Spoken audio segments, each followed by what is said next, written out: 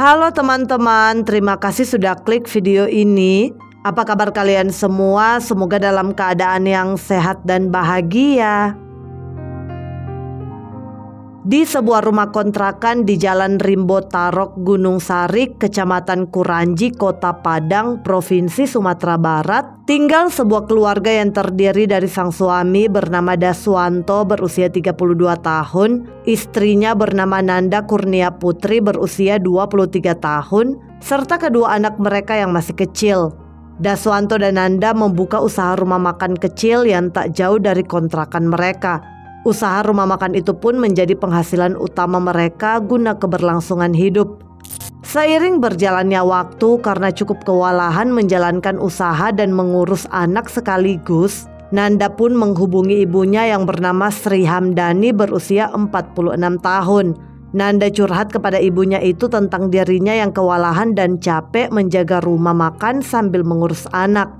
Mendengar itu, Sri pun memutuskan untuk tinggal bersama anak dan menantunya di rumah kontrakan mereka di Kuranji, Kota Padang. Namun saat itu Sri tidak datang sendirian. Ia juga membawa seorang gadis bernama Nyimas Aryani berusia 21 tahun yang nantinya akan dipekerjakan sebagai karyawan di rumah makan milik anak dan menantunya, yakni Nanda dan Daswanto. Diketahui bahwa Aryani merupakan warga Muaro Bungo, Jambi. Dan Aryani ini ada hubungan saudara di mana dia adalah saudara angkat keluarga Sri Hamdani. Nah, ketika ditawari akan dipekerjakan sebagai karyawan di rumah makan milik Nanda dan Daswanto, Aryani tampaknya sangat bersemangat. Dia ingin bekerja mencari uang untuk keberlangsungan hidupnya. Singkat cerita, Aryani pamit kepada keluarganya. Dia datang dari Jambi ke Kota Padang bersama Sri Hamdani pada tanggal 3 Maret tahun 2023 dan mereka tinggal di rumah kontrakan Nanda dan Daswanto. Jadi kini yang tinggal di rumah kontrakan itu yakni Nanda dan Daswanto, si suami istri bersama kedua anak mereka, lalu Sri Hamdani ibu Nanda atau mertua Daswanto, dan juga Nyimas Aryani. Setelah berada di sana, Aryani pun langsung ditugaskan untuk membantu-bantu pekerjaan di rumah makan dengan upah yang telah disepakati. Awalnya semua tampak berjalan dengan baik. Aryani menjadi karyawan di rumah makan Nanda dan Daswanto. Namun seiring berjalannya waktu, Nanda pun mulai menyuruh Aryani untuk mengerjakan pekerjaan yang lain, yaitu mengasuh kedua anaknya. Jadi saat rumah makan tutup atau lagi sepi, Aryani akan mengasuh kedua anak Nanda dan Daswanto. Padahal kesepakatan awal hanyalah bantu-bantu di rumah makan aja gitu loh. Tak hanya itu, lama-kelamaan Aryani juga mulai ditugaskan untuk mengerjakan semua pekerjaan rumah yang ada di kontrakan mereka seperti memasak, bersih-bersih, menyuci pakaian, dan lain sebagainya.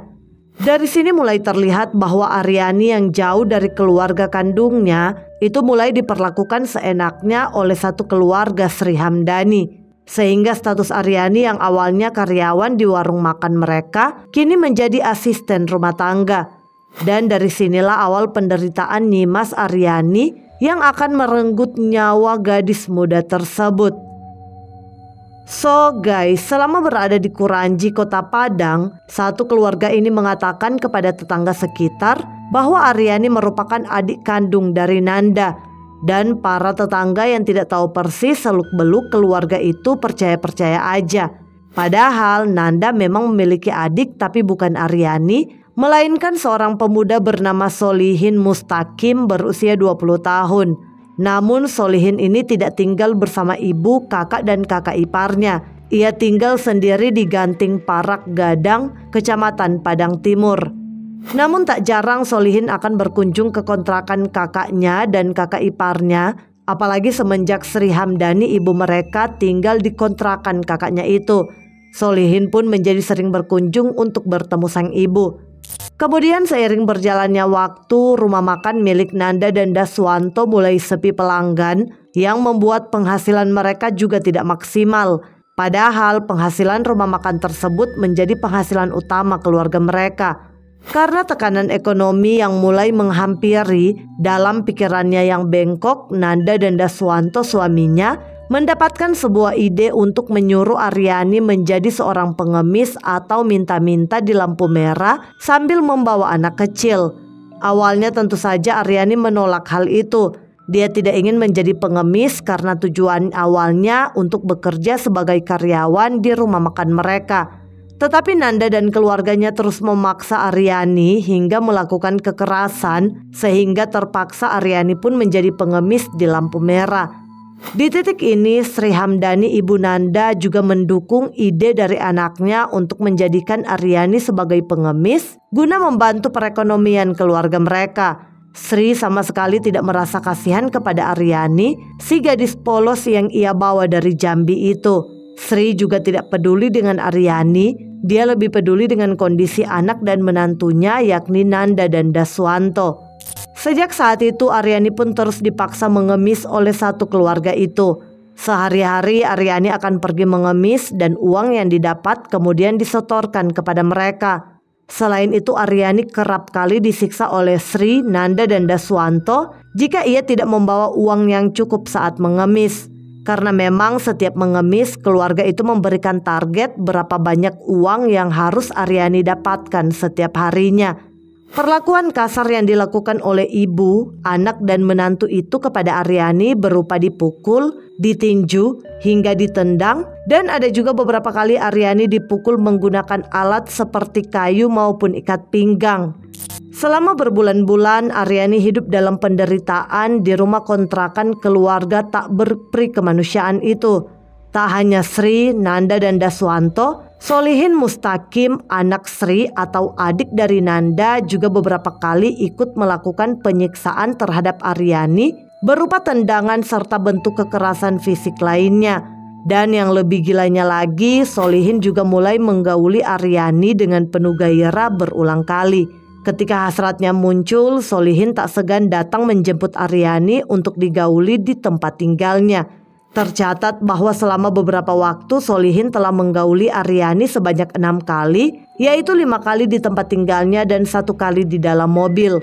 Bahkan aksi Solihin itu pernah disaksikan langsung oleh sang ibu yakni Sri. Dan Sri sebagai orang tua pun tidak melarang aksi bejat anaknya tersebut. Selama berbulan-bulan Aryani disiksa dan digauli hingga akhirnya pada hari Kamis tanggal 14 Desember tahun 2023, tubuh Aryani yang tak tahan lagi dengan penyiksaan-penyiksaan itu harus meregang nyawa di rumah kontrakan bercat ungu Nanda dan Daswanto. Setelah Aryani kehilangan nyawa, warga sekitar yang mendengar kabar tersebut langsung berdatangan. Karena sudah menjadi kebiasaan warga setempat, kalau ada kematian mereka datang melayat sebagai bentuk empati dan kepedulian. Menjelang sore, jasad Aryani yang telah terbujur kaku berada di tengah rumah, sedangkan pengontrak rumah yang merupakan pasangan suami istri yakni Nanda dan Daswanto duduk mendampingi. Ada juga beberapa keluarga dari Nanda dan Daswanto termasuk Sri sang ibu. Saat itu baik Sri, Nanda dan Daswanto menceritakan kepada para pelayat bahwa yang meninggal adalah adik kandung Nanda yang kehilangan nyawa akibat mengalami kecelakaan di jalan bypass Kuranji, Kota Padang. Mendengar itu awalnya warga setempat percaya-percaya aja, tetapi lambat laun aroma kejanggalan pun mulai merebak di tengah masyarakat. Pasalnya beberapa warga yang datang waktu itu melihat bekas luka di sekujur tubuh Aryani yang tidak terlihat seperti luka kecelakaan. Bagian pipi kanan almarhumah terlihat lebam membiru dan juga terlihat luka lepuh pada kaki sebelah kanan. Selain itu yang lebih membuat warga curiga adalah mereka tidak mendapati air mata dari pihak keluarga layaknya seperti biasanya orang yang sedang berduka dan baru saja kehilangan gitu loh. Baik Sri, Nanda dan Daswanto terlihat tenang tanpa raut wajah sedih.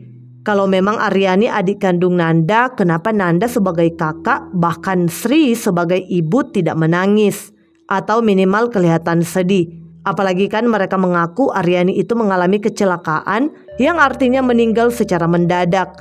Jadi seharusnya akan terlihat kesedihan atau rasa syok pada keluarga gitu loh. Tetapi ini enggak sama sekali guys. Rasa penasaran warga makin bertambah ketika pihak keluarga meminta jasad almarhumah dimandikan malam itu juga, padahal jam sudah menunjukkan pukul 8 malam waktu Indonesia Barat. Salah seorang warga yang dituakan di lingkungan setempat pun sempat menyela permintaan keluarga karena tidak sesuai dengan tradisi yang ada di Rimbo Tarok. Tetapi pihak keluarga tetap ngotot supaya jasad almarhumah dimandikan malam itu juga, sehingga warga terpaksa mengalah dan menuruti keputusan tersebut. Kemudian setelah jasad dimandikan, keluarga memesan mobil ambulans untuk membawa jasad almarhumah dari rumah kontrakan sekitar pukul 10:30 malam waktu Indonesia Barat. Warga pun bertanya kemana almarhumah akan dibawa, dan keluarga mengatakan bahwa jasad akan dibawa ke kampung untuk dimakamkan di sana, di mana kampung yang dimaksud adalah Sungai Geringging, Kabupaten Padang Pariaman, yang jaraknya sekitar 2 jam perjalanan dari kota Padang. Akhirnya mobil ambulans pun melaju untuk membawa almarhumah dari rumah kontrakan, yang kemudian disusul oleh keluarga dengan mobil minibus. Dan itulah terakhir kali warga setempat melihat Sri, Nanda, dan Daswanto. Nah, setelah rumah kontrakan Nanda dan Daswanto kosong, warga sekitar masih merasa ada kejanggalan. Bahkan kematian mencurigakan Aryani menjadi buah bibir bagi warga setempat setelah beberapa hari kemudian. Kasus ini pun terungkap ketika Risa Aldi Iswana berusia 25 tahun yang berada di Jambi, yang tak lain merupakan kakak kandung Aryani, mendapatkan kabar dari seorang saudaranya yang berada di Padang bahwa Aryani, adik kandungnya, telah meninggal dunia akibat kecelakaan. Mendengar itu, Aldi pun sangat syok dan segera menuju ke kota Padang, tepatnya ke rumah kontrakan majikan tempat Aryani bekerja. Tetapi setibanya di sana, rumah tersebut tampak sangat sepi, tak berpenghuni. Aldi pun bertanya kepada pemilik kontrakan tentang berita kematian Aryani serta di mana majikan Aryani berada. Dan si pemilik kontrakan membenarkan bahwa Aryani telah meninggal dunia dan telah dibawa ke kampung halaman untuk dimakamkan oleh keluarga pada hari Kamis malam tanggal 14 Desember tahun 2023. Mendengar itu, Aldi pun merasa terkejut dan sangat bingung. Keluarga siapa yang dimaksud? Padahal dialah keluarga Aryani atau kakak kandung Aryani. Aldi pun mulai menggali informasi lebih dalam lagi tentang kematian adiknya itu maupun majikan Aryani kepada warga sekitar. Dan kecurigaan warga pun meningkat setelah Aldi memberitahu mereka bahwa dialah kakak kandung Aryani. Barulah di situ warga tahu bahwa sebenarnya Aryani adalah ART Nanda, bukan adik kandung. Akhirnya warga pun menceritakan semua kecurigaan mereka kepada Aldi tentang kejanggalan kematian Aryani yang diklaim oleh Nanda adalah adik kandungnya, namun ternyata bukan. Warga juga mengatakan bahwa keluarga Nanda mengklaim bahwa jasad almarhumah akan dibawa ke kampung, yaitu di Sungai Geringging, Kabupaten Padang Pariaman, untuk dimakamkan. Dan Aldi memberitahu mereka bahwa kampung halaman Aryani bukan di Padang Pariaman, melainkan di Muaro Bungo, Jambi. Mendengar informasi dari warga itu, Aldi pun langsung melaporkan kejanggalan-kejanggalan tersebut kepada pihak kepolisian Polresta Padang. Menerima laporan itu, tim Polres Padang pun segera melakukan penyelidikan mendalam. Penyelidikan dimulai dengan mengumpulkan beberapa bukti serta petunjuk-petunjuk yang diperlukan, dibarengi dengan pemeriksaan para saksi-saksi. Dalam laporannya, Aldi menerangkan bahwa adik perempuannya yakni Nyimas Aryani tidak diketahui kabar dan keberadaannya sejak datang ke kota Padang pada Maret tahun 2023. Penyelidikan yang sedang berjalan langsung ditingkatkan menjadi lebih intens dan lebih mendalam untuk mengungkap misteri tersebut. Karena perlu benang merah yang bisa menghubungkan kasus ini. Dan hasil penyelidikan polisi berhasil mengungkap fakta-fakta tersembunyi dari kematian Aryani yang janggal di Rimbo Tarok. Kuat dugaan kematian Aryani di rumah kontrakan tersebut bukanlah suatu kematian yang wajar. Cerita-cerita yang dibagikan oleh majikan Aryani kepada para warga saat itu dinilai hanyalah keterangan fiktif dan palsu untuk mengelabui warga setempat. Faktanya, identitas Aryani berbeda dengan yang disebutkan di awal dan ia nyatanya bukanlah adik kandung dari sang penghuni kontrakan yakni Nanda. Semua itu hanyalah identitas palsu agar orang-orang tidak mengetahui identitas almarhumah yang sebenarnya adalah Nyimas Aryani, adik kandung dari Aldi yang berasal dari Jambi. Begitupun dengan penyebab kematian yang disebutkan kalau korban mengalami kecelakaan lalu lintas di Jalan Bypass Kecamatan Kuranji. Tim kepolisian yang telah memeriksa peristiwa tersebut mendapati bahwa tidak ada satupun catatan kecelakaan yang terjadi di kawasan Kuranji dalam beberapa hari sebelum korban meninggal dunia. Keterangan itu sengaja dihembuskan sebagai alibi untuk menutupi luka yang ada di sekujur tubuh korban, sehingga warga diharapkan percaya kalau luka tersebut didapat dari kecelakaan. Tim juga menemukan fakta bahwa setelah dari kontrakan malam itu, korban tidak dibawa ke Sungai Geringging, Kabupaten Padang Pariaman. Jasad almarhumah malah dibawa ke sebuah pemakaman di kawasan Air Dingin, Kecamatan Koto Tangah, Kota Padang untuk dimakamkan malam itu juga. Korban dikuburkan tanpa pemberitahuan kepada keluarga aslinya dan bahkan tanpa disalatkan sebagaimana penyelenggaraan jenazah dalam Islam. Fakta tersebut didapatkan polisi setelah memeriksa sopir ambulans yang membawa korban pada hari Kamis tanggal 14 Desember tahun 2023 malam dari rumah kontrakan. Selain itu, polisi juga memeriksa pengurus pemakaman serta penggali kubur di Air Dingin. Akhirnya pada hari Jumat tanggal 5 Januari tahun 2024, tim unit Buser Satreskrim Polresta Padang berangkat ke daerah Air Dingin. Kedatangan tim untuk mencari dan memastikan keberadaan makam korban yang telah dikuburkan di sana. Cukup memakan waktu hingga akhirnya kuburan korban bisa ditemukan. Semua keterangan saksi sesuai satu dengan yang lainnya, bahwa korban dibawa ke pemakaman Air Dingin pada Kamis malam, lalu dikubur hampir menjelang tengah malam. Saat itu penggali kubur sempat bertanya mengapa pemakaman tidak menunggu pagi saja. Namun katanya pihak keluarga memaksa dengan mengatakan jenazah mengalami kecelakaan di kota Pekanbaru Riau, oleh karena itu jenazah harus dikuburkan cepat. Bahkan untuk menyamarkan jejak, tim mendapati batu nisan di atas kuburan perempuan bernasib malang itu bukanlah atas nama Nyimas Aryani, melainkan Afriani. Akhirnya setelah menemukan berbagai fakta tersebut, pada tanggal 22 Januari tahun 2024 dilakukan proses ekshumasi atau pembongkaran kubur di kuburan korban yang berada di Air Dingin. Ekshumasi dilakukan oleh dokter dan bidokes kepolisian daerah Sumbar dengan cara membongkar kuburan, kemudian dilanjutkan proses autopsi. Dan pada tanggal 26 Januari hasil otopsi keluar yang menyatakan bahwa jasad tersebut adalah Nyimas Aryani dan pada sekujur tubuhnya terdapat bekas resapan darah dengan kondisi yang sangat memprihatinkan. Resapan darah tersebar di area kepala, wajah, lengan, siku, kaki, bahkan sampai ke area misfi hingga dubur korban. Sehingga jelas bahwa kematian korban bukanlah karena kecelakaan, melainkan karena penghilangan nyawa. Dengan bukti-bukti tersebut serta keterangan para saksi termasuk warga sekitar yang berada di rumah duka malam itu, polisi menduga bahwa pelakunya adalah penghuni kontrakan atau majikan Aryani yang telah sengaja membuat cerita palsu tentang kematian korban, yaitu tak lain pasangan suami istri Daswanto 32 tahun dan Nanda Kurnia Putri 23 tahun. Selain itu, usut punya usut, polisi mengetahui bahwa Nanda ternyata adalah anak dari Sri Hamdani berusia 46 tahun, perempuan yang membawa korban dari Jambi menuju ke Padang pada Maret 2023 lalu. Tidak ada satupun orang yang bisa membayangkan bagaimana korban menjalani hari-harinya semasa hidup. Rasanya bagaikan menjalani hidup tragis dan memprihatinkan. Kemudian tim gabungan dari tim 1 Klewang Satreskrim Polresta Padang, Satreskrim Polres Payakumbuh, dan Satreskrim Polres 50 Kota pun segera melakukan pengejaran kepada para terduga pelaku yang telah melarikan diri.